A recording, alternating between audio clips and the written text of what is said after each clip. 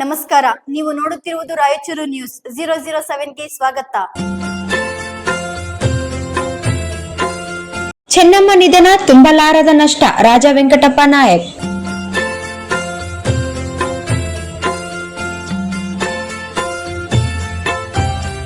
ಮಾಜಿ ಪ್ರಧಾನಿ JDS ವರಿಷ್ಠರಾದ H D. ದೇವೇಗೌಡರ ಧರ್ಮಪತ್ನಿ ಹಾಗೂ ಕೇಂದ್ರ ಸಚಿವ ಎಚ್.ಡಿ. ಕುಮಾರಸ್ವಾಮಿ ಅವರ ತಾಯಿಯವರಾದ ಚೆನ್ನಮ್ಮ ದೇವೇಗೌಡ ಅವರ ಅಗಲಿಕೆ ತುಂಬಲಾರದ ನಷ್ಟ ಎಂದು ಮಾಜಿ ಶಾಸಕರು ಜೆಡಿಎಸ್ ಪರಿಶಿಷ್ಟ ಪಂಗಡ ರಾಜ್ಯಾಧ್ಯಕ್ಷರಾದ ರಾಜ ವೆಂಕಟಪ್ಪ ನಾಯಕ್ ಕಂಬನಿ ಮಿಡಿದಿದ್ದಾರೆ.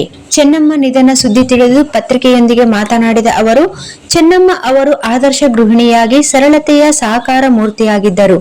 ದೇವೇಗೌಡರ ಕುಟುಂಬ ಮಾತ್ರವಲ್ಲ, ನಾಡಿಗೆ ಒಂದು ದೊಡ್ಡ ಶಕ್ತಿಯಾಗಿದ್ದರು.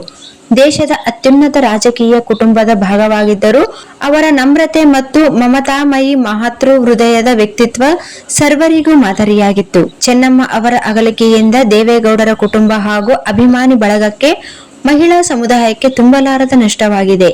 ಭಗವಂತ ಮೃತರ ಆತ್ಮಕ್ಕೆ ಸದ್ಗತಿ ಕರುಣಿಸಲಿ. ಗೌರವಾನ್ವಿತ ಮಾಜಿ ಪ್ರಧಾನಿ ಎಚ್.ಡಿ. ದೇವೇಗೌಡರು ಮತ್ತು ಅವರ ಪುತ್ರರು ಆಗಿರುವ ಕೇಂದ್ರ ಸಚಿವ ಎಚ್.ಡಿ. ಕುಮಾರಸ್ವಾಮಿ ಸೇರಿದಂತೆ ಅವರ ಒಟ್ಟು ಕುಟುಂಬಸ್ಥರಿಗೆ ದುಃಖ ಭರಿಸುವ ಶಕ್ತಿ ನೀಡಲಿ ಎಂದು ಪತ್ರಿಕಾ ಪ್ರಕಟಣೆಯಲ್ಲಿ ತಿಳಿಸಿದ್ದಾರೆ.